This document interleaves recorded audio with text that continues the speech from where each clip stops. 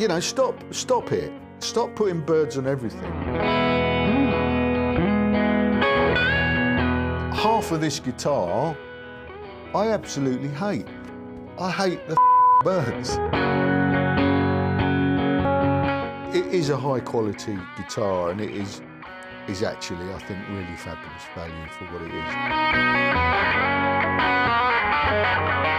I did enjoy playing it. I felt it very comfortable, ergonomically.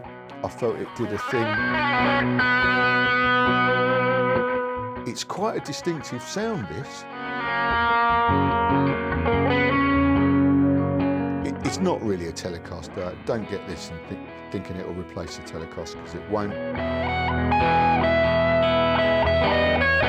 Do I like it though? Well, I do and I don't really. I think that's where I'm at the moment. Guitaristas is proudly supported by Gear for Music. Hello, thanks for joining us. Welcome to the Guitaristas. Where do we start? Where do we start? It's the PRS this week, ladies and germs. Yeah, here it is. It's the SE NF53. £679 I paid for this. From Anderton's in the UK. More about that in a minute. Yeah, everyone loves this, don't they? All those YouTubers, they love it. It's yeah, it's garnered high praise indeed across the board. You know, I think for its quality and playability. Looks, I'm not sure. I'm not sure why, because I hate the way it looks personally. But I don't like PRS aesthetically. I don't like the aesthetics of PRSs in general. I never have done. I don't like the birds. I hate the birds.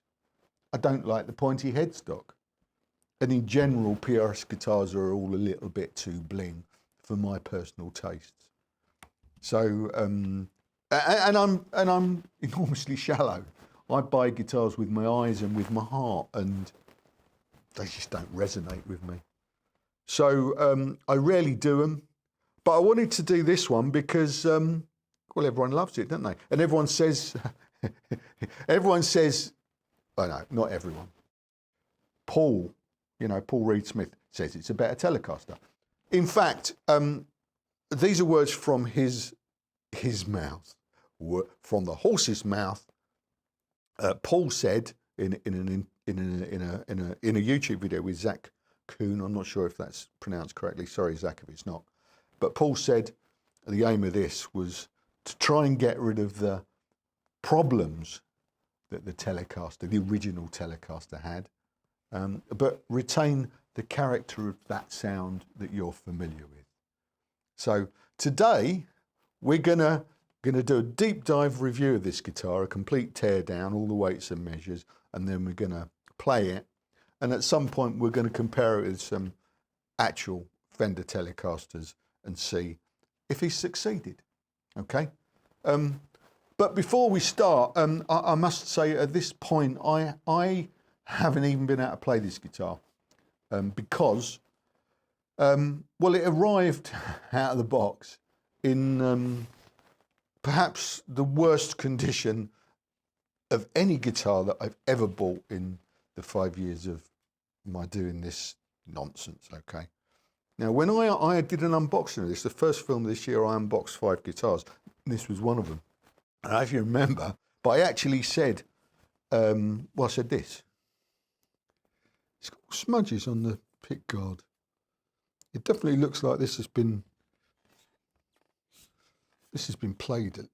It's definitely been played a little bit. I don't like it when I get new guitars and they've obviously been played. Well, it happens. However, I didn't actually try and play it, and I didn't notice at the time how bad it was. And I'm going to just drop in some close-ups because I picked it up before the weekends. I was going to take it home and play it and try and learn some stuff, and I realised how bad it was. In so much as the strings are all rusty, really badly rusty and corroded, very bad. And here's a picture. and all the frets are rusty as well, and it's piss poor. It really is. Andertons, come on. Now, some people might say it's unfair for me to actually call out someone like that. But I mean, if you watch the channel, I do buy all my guitars, and I do speak as I find, and even I've even had a guitar in the past from our channel sponsor, Gear for Music, and it was broken when it arrived. So I obviously mentioned it. You know, it's what happens if you send me a guitar that's not up to scratch. I ain't going to return it. You know, like most of you just say, "Oh, why didn't you just send it back?" Well, because I bought it to review it and share my experience with you. So that's what I'm doing. So there you go. You know, Andertons, if you do watch this, buck your ideas up. You know, I know you claim to check guitars in a certain price bracket. The Oxblood that I got last week, that came from Andertons, and that came with a full QC checklist and so on and so forth. Frets was still a bit sharp, but there you go. This one, I don't know where it came from, you know. Someone, when I said that, you know, I thought it'd been played, they said, "Oh, maybe you got the one that Danish Pete played in the review." Well, if I did, all I can say is that Danish Pete has got very sweaty fingers, okay? And it's not pleasant, so I haven't been able to play it yet. So what we're going to do now, oh, it was quite a long intro, wasn't it? What we're going to do now is review it, and then play it, and then compare it, and see if Paul's succeeded in improving on the original Telecaster, and see if I finally like a PRS. So let's get into it. Timestamps are in the description box if you haven't already left and you want to skip forward. Okay, if you've got another half hour or however long it takes, you know the score. Go and put the kettle on. Get yourself a nice beverage and some nibbles and snacks, and come back and nibble away while I talk bollocks. Yeah, let's do that. Now, before we start, I just wanted to remind you that our latest raffle, to win this beautiful Jeff Beck Oxblood Les Paul, is now live. Links in the description box and pinned to the top of the comments if you want to find out more about how you can support the channel, our chosen charity, and maybe win this beauty, okay? All the info you need is there. Click the links to find out more. And if you stick around till the end of this video, I've got a little bonus raffle announcement to make. So see you at the end, I hope. So first off, some brief specs. Of course, it's got a swamp ash body, and this is the pearl white one. They also do it in a white dog hair or a black dog hair. In this, the cheaper import range, SE, made by the Cortex, Musical Instruments Co. Limited. There you go. It's upside down, but you can read that if you go like that. In Indonesia, I think that is, isn't it? Who are obviously renowned for making very fine quality guitars. Okay, so I don't expect the build quality of this and playability. I mean, I'm anticipating it being really good. Okay, when we get a chance to play it, so we'll find out about that. But yeah, swamp ash body, maple bolt-on neck. It's a two-piece neck in that it's got one of those scarf joints there, and it's got a stick-on board, 10-inch radius, 22 pretty chunky rusty frets. We'll have a closer look at that in a second. Before we do that, let's see what it weighs. It's pretty light. Let's see. Yeah, it's pretty much bang on 7 pounds, which is 3.18 kilos. It's a nice weight.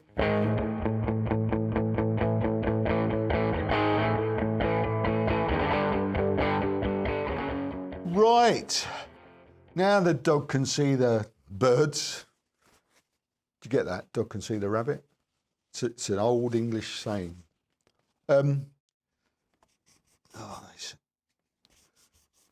think I'll. I don't really know how. I've never cleaned frets and stuff. I never bother.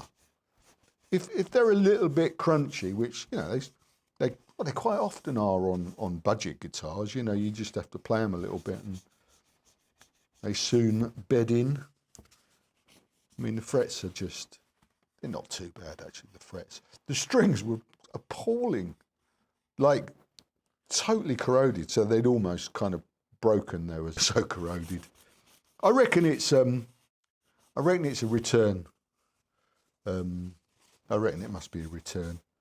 It's been played. In fact, I had trouble getting the strings off because they'd had that kind of locking method, you know, where you lock it under, which is a pain in the arse. I used to do it until I realised what a pain in the arse it is removing them. That was how this had been strung up. So it didn't look like it looked like it'd been restrung from, you know, from after the factory. So let's get the pickup plastics off anyway. We'll leave the pick guard plastic on there for the next owner. Yeah, I've assumed already that I'm not keeping it. I might change my mind. I'm trying to keep an open mind.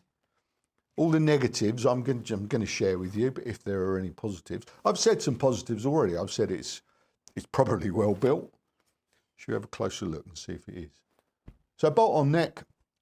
We can look at the tuners now. These are they say they're PRS designed tuners. They're a copy of the original Cluson vintage tuners. They've got Paul's white buttons, which he calls wing buttons, and they're quite attractive, aren't they? They're I think they're designed to be lightweight so that they don't sap the tone, something like that, wasn't it? But they're all right, okay. And they've got press-in bushings, which I always like because that's kind of a nod to the vintage guitars, and just seems less cumbersome way of doing it. But as I've said, the headstock for me is this. I mean, I have a thing where I say I don't like pointy guitars, and this was kind of part of that problem when PRS first started making guitars, and their original shapes came in, and the pointy headstock. I think that might have been what formed that. It was a pointy guitar. Maybe that's it. Maybe it's just a psychological thing. I think it's pointy, so therefore I don't like it. And because of the kind of the flash playing that I associate with PRS guitars. I mean, generally, I think it's fair to say that good players do tend to gravitate towards PRSs, probably because they are very fine instruments. That's probably it. I'm not an especially good player. You know, I like to fight a guitar a little bit, you know. Yeah, because that's it, really. I'm all about boomer bends and bluesy bollocks, aren't I? Rather than all that. That's what it sounds like. Anyway, where was I? Yeah, the neck. The neck's pretty decent feeling in the hand. Let's have the neck profile and measurements up on the screen now. Okay, here's the neck profile and measurements at the 1st fret, and here's the neck profile and measurements at the 12th fret. So apparently this neck was based on Paul's 53 Telecaster. I mean, it's not especially chunky. Well, I suppose I'm comparing it to last week's Oxblood Les Paul, which was proper chunky. This is less chunky. It's a nice handful. It's got quite a soft V to it, similar to, I don't know if any of you remember the Baja Telly that Fender made some time back. Fabulous Telecaster that. It was a Mexican Telecaster, but really good value that was. If you can pick one of those up secondhand, do. It's good. That's got a nicer neck than this. It's got more of a V. But this is okay. 10-inch radius. So, you know, again, Paul was saying improvements on the original. The very original vintage tellies had a 7¼ inch radius, which is quite a narrow. This therefore has string spacing slightly wider apart. But most modern tellies, unless they're vintage kind of reissues or whatever, will have a 9½ inch radius fingerboard these days anyway. So maybe a slight improvement. We'll see what it feels like when we play it. The bridge, he says he didn't want to reinvent, he didn't want to redesign or reinvent the ashtray bridge, so he's just gone with his own version, which is has got a little bit more adjustment intonation-wise, I guess. A little bit more adjustment there. And that's okay. And it's not a string through this. It's got a hook-in string-up device. So these pickups are PRS designed narrow field, deep dish S pickups. Treble there, bass there. Let's take some readings. So on the bridge, we've got 8.48 kilo ohms with an inductance of 5.6 Henrys. And on the neck, we've got 7.76 kilo ohms with 4.76 Henrys. Let's just take a middle reading because we can. 4.08 kilo ohms. Okay, look forward to seeing what they sound like.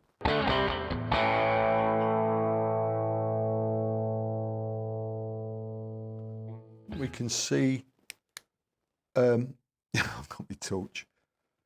Yeah, it's got, you know, very well shielded with paint in the cavity. There you go.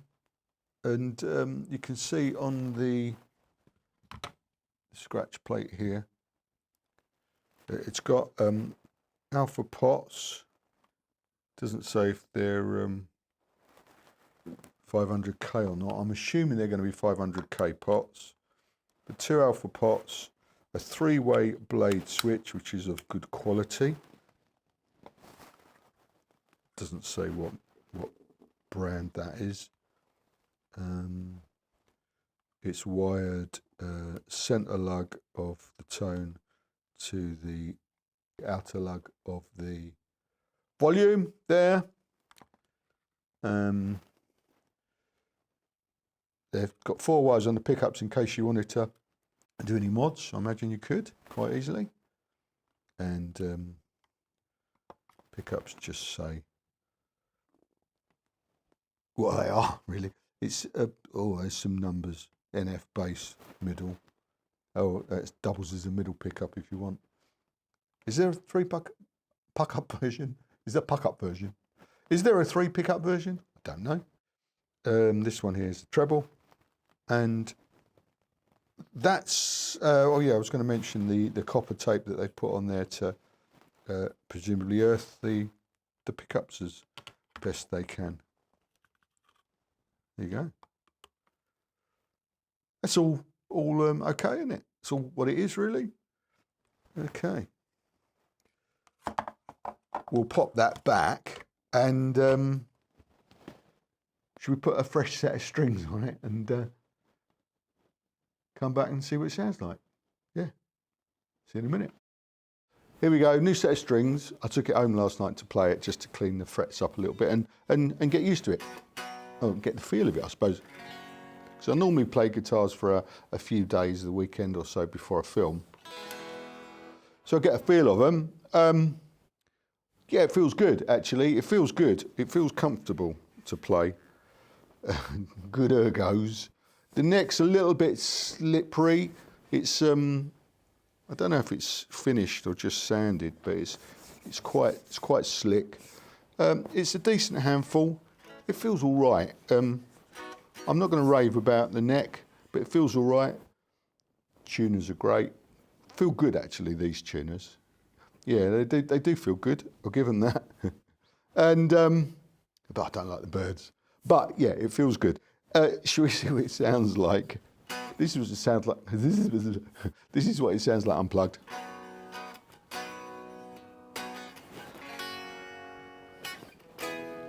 Nice and bright. Plugged in, it sounds like this. Do you know what I'm going to do? I'm just going to play through a loop, muck around with some controls, maybe use a couple of pedals as well, because it's just easier to do that than than try and explain what I'm doing. So let's stick a loop down. Here we go.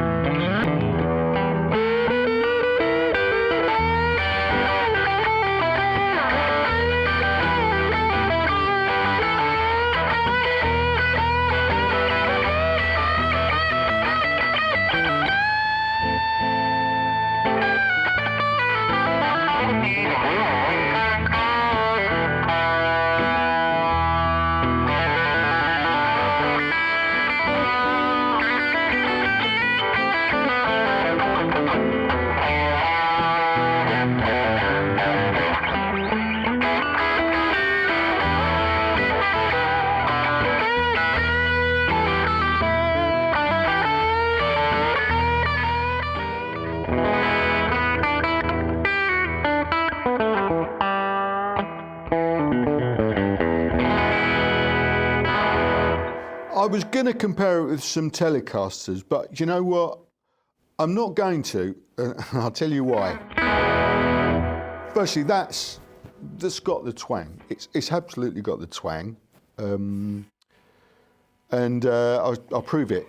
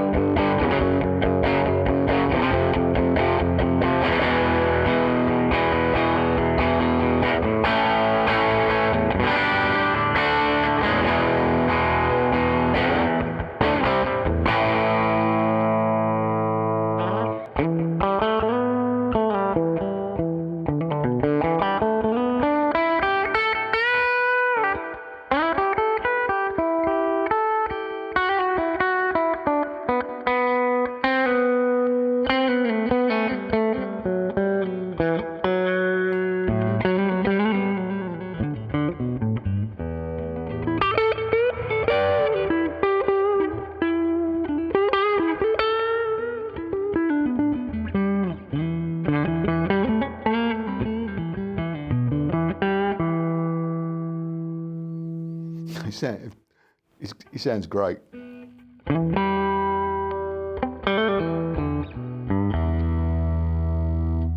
It's a bit buzzy. Middle position. Bridge.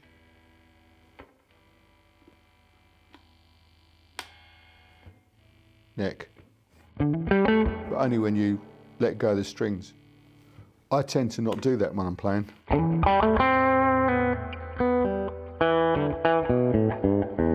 I don't know what I can add to this really.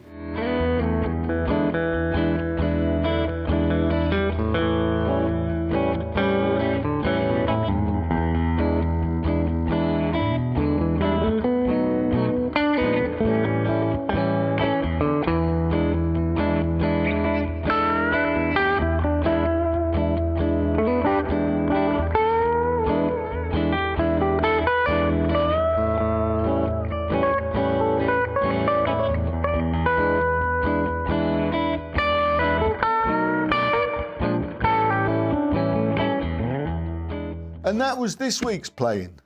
What do you think?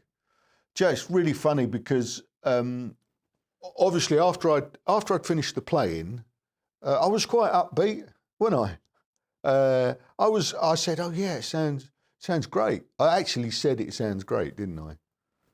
And I genuinely thought that. Obviously, I wasn't just saying that. But then, when I listened to it all on playback, this was yesterday. I filmed the playing. I came back yesterday. I was actually really disappointed. Does that ever happen to you? Do you ever do something and think, oh yeah, that was great, and then when you listen back, you think, oh no, that was a bit pants actually. I was a bit down about it actually. So it was really funny because my impression of this after I'd finished playing it was really upbeat and positive. And then after listening to it back, I went home yesterday. I sort of cutting some stuff together, and I went home and I thought, do you know what? I don't know now. But I've come in this morning and I'll have another listen to see if I can use any of it. And I'm like, well, that's all right. It's all right. It's weird. So, you know, we're gonna go with it, and it's what it is. And there ain't no doubt about it. It sounds good. Whether you like this sound, yeah. How do you quantify good? Well, I don't know. I suppose it's entirely subjective, isn't it? I suppose if you're fighting the dilemma that I am, you know, I'm a bit like, well, there's right. Half of this guitar, I absolutely hate. I hate the fucking birds. I said it before, and I just don't like the shape of the headstock. It's just not. It's not my happy place. Incidentally, if you wonder why I took the truss rod cover off, that's why. I wanted to show you that, unlike most, or probably all, not all, most import guitars have just the hex key style. This has got its own sort of what I call, it's like the Gibson bell end style, isn't it? It's got a nut on the end, basically. It's black. I wondered if it was carbon fibre, but I don't think it is. I think it's steel. You tend to find that on higher quality import guitars. Eastman's a good example of that. They have a proper nut style adjuster, and it was quite nice to see that this PRS has the same. It is a high quality guitar, and it is actually, I think, really fabulous value for what it is. What did I pay? £679, I think it was. So what all those YouTubers are saying about it being fabulous value and competing perhaps with the, you know, the core models and stuff is, well, I mean, it's true.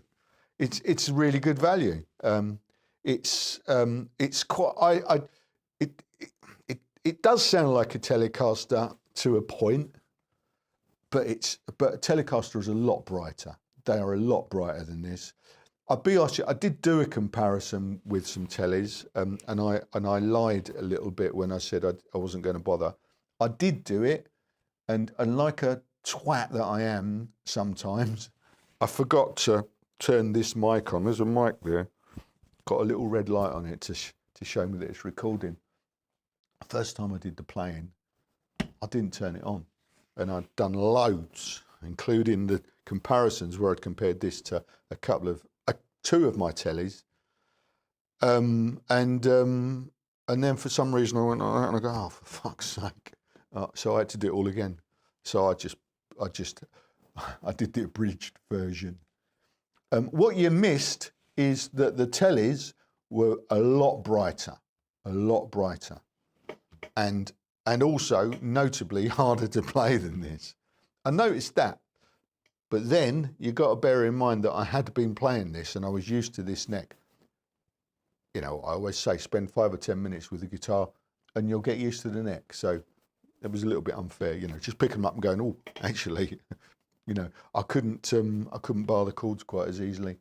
It's certainly true. One of them was my 73, which has got a 7 1/4 inch neck radius. This has got a 9.5. These are definitely easier to play than the vintage style ones. So anyway, there's that and there's that. Do I like it though? Well, I do and I don't really. I think that's where I'm at the moment. I think it's got its own distinctive sound.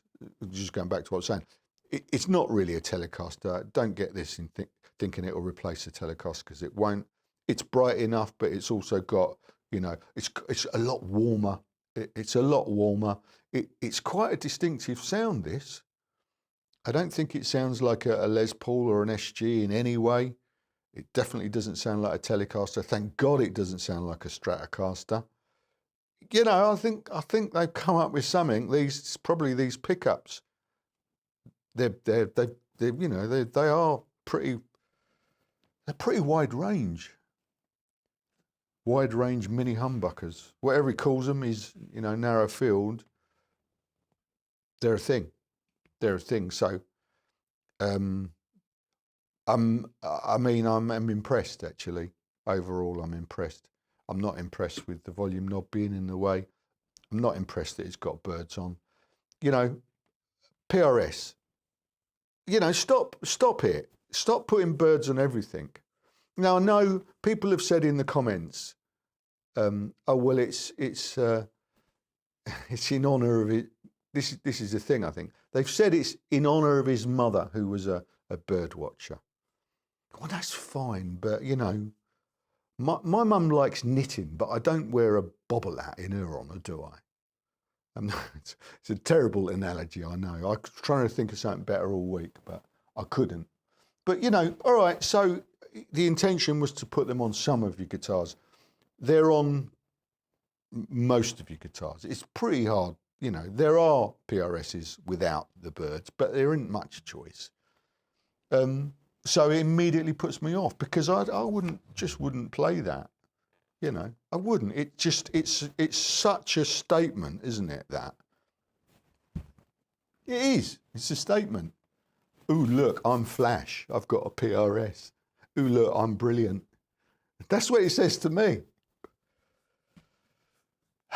Well, hopefully, I haven't upset too many people. It's only my opinion, and I get that we all think different things. I'm a bit of a twat. I think some stupid things. I've got stupid opinions. You know, I'm old. They're ingrained. You know, and I'm not very flexible until I change my mind, and I do change my mind. You know, I do change my mind. You know, you'll come back in a year's time. Fucking hell, I'll be contradicting myself then. You know, if I'm still here. So that's it. Okay. What's going to happen with this guitar? I did enjoy playing it. I felt it very comfortable, ergonomically. I felt it did a thing, but I'm not going to keep it. Do you know what I'm going to do? So here's the announcement. We've currently got the raffle running to win the Jeff Beck Oxblood Les Paul. I'm going to add this as a second prize. Okay, so all of you that have bought tickets already, bonus, you've got 2 chances of winning now, or double your chances of winning, should I say. This is going to be the second prize in the raffle. Okay, some may say the booby prize. No, that's not right, is it? Anyone will be grateful of it, won't they? Some of you will prefer to win. Well, a lot of you will prefer to win this than the Les Paul. And if you don't like either, sell it and get some cash out of it. You'd be very welcome to do that. You'd be supporting the channel. You'd be supporting the Stroke Association, is our chosen charity on this one. And you'll be helping to keep the Circle of Guitars going. So links in the description box, and I'm going to pin it to the top of the comments as well, so it's easy to find. All the info you need is there. The raffle is drawn on Sunday, the 15th of February. So you've just got about a week or so to get a ticket, and you might win this. So what do you think? What do you think about everything, really? Not everything. Try and keep it related to this film, this guitar. Do you agree with me on anything I've said? Let me know in the comments. I love reading your point of view on stuff. When I unboxed this, the first film of the year, do you know what? A few people in the comments called it fugly. It is a bit, but I think it would be less fugly without all this stupidity. Only my point of view, my humble point of view, my humble opinion, that's what they say, isn't it? There you go, that's it. Yeah. It's out there now, isn't it? I can't do nothing about that. So there you go. I'll come back next week and see what I'll probably do. What am I going to do next week? SG or Gresh Corvette? What do you want? Let me know in the comments. Come back, same time, same place, and we'll find out, won't we? All right. Cheers for now. Ta-da.